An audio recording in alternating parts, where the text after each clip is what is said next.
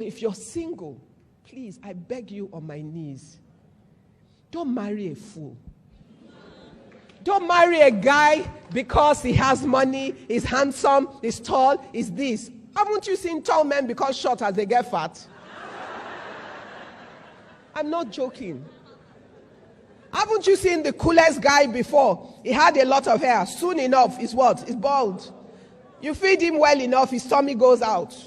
So that tells you it's not about the physical man. It's about the content of the man, the character and the strength of that man, the fear of God in that man, his ability to help you be what God has called you to be, his ability to hear God and yield to God in nurturing you to be the best of yourself. And sometimes what you see now is not what the future holds. So some guys look like they're rich now. 5 years down the line, 10 years down the line, what do you know? Some guys look that they have nothing now, or they're simple, they're about to just offer you a simple life, and everybody tells you you're insane. And that's the one that turns out great. God has a lot of surprises along the path of our life. And because we can't see that much, we need to walk closely with God through the ministries of our life. What has God called you to be? What must you do? How have you empowered and equipped yourself? How are you fighting and standing for that which you know is the call of God on your life? I didn't know too much, even as a young Muslim girl, but I knew I wanted to make something of my life. I knew certain things that I sensed. And at the right time, God made sure that He took me over so that I would be able to live the life He had prepared for me. But even before then, I had some small sense that I applied. So somebody likes me, wants to marry me. He's a soldier. I don't want to be no soldier's wife.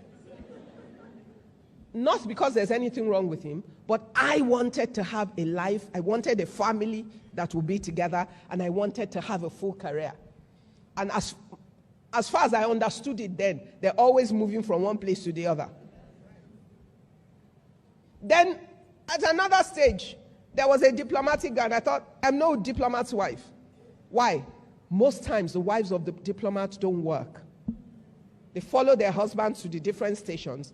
They do some work to keep busy when they're in those countries, but they can't have a full career. And I knew I wanted to make something of my life. I didn't really know what it was, but I sensed in my life that I wanted to make something of my life. So I took hard decisions as a young girl. I said, no, I'm not doing that. Then somebody had a fancy idea that since I was a Muslim girl and there was somebody who loved me and had plenty of money and everything, I would make somebody's second wife. And I thought, me. I'm nobody's second wife. Somewhere, there's my own husband. And everybody told me, you're too smart and ambitious as a young woman. Most young men can't cope with you. You're going to end up marrying an older person. I said, I don't care. If that's the older person that is called to me, as long as he has the capacity to help me to be me. But God in His wisdom, as I stood, I met the Lord. As I met the Lord, I met my husband months before I met the Lord. Same year. I met my husband in January. I became a Christian months to my wedding. It's true. And in that year, by the end of that year, I gave my life. I got married. What I'm saying is this.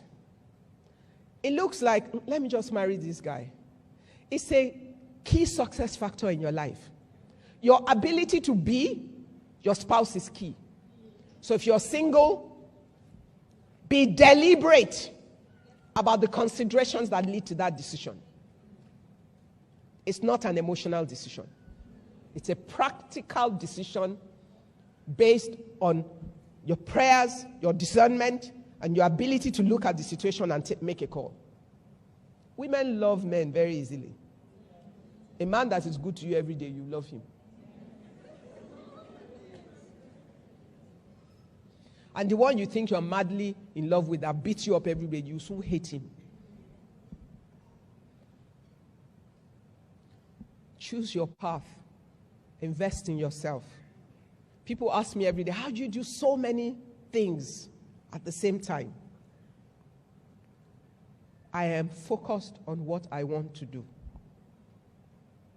Whatever I sense, this is where the Lord wants me to go, I will fight for it in every way. I also have no silly ideas about being invisible. I don't know what a superwoman is. I just know a woman who loves God and trusts God and who is willing to follow God every step of the way.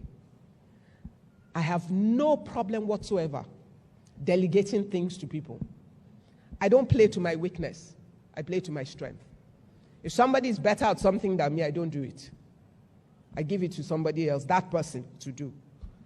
I focus on my own strength and enjoy the support of the people who are better at the things I'm not good at. Why? It's a waste of time for me trying to catch up when somebody already can do it better than me.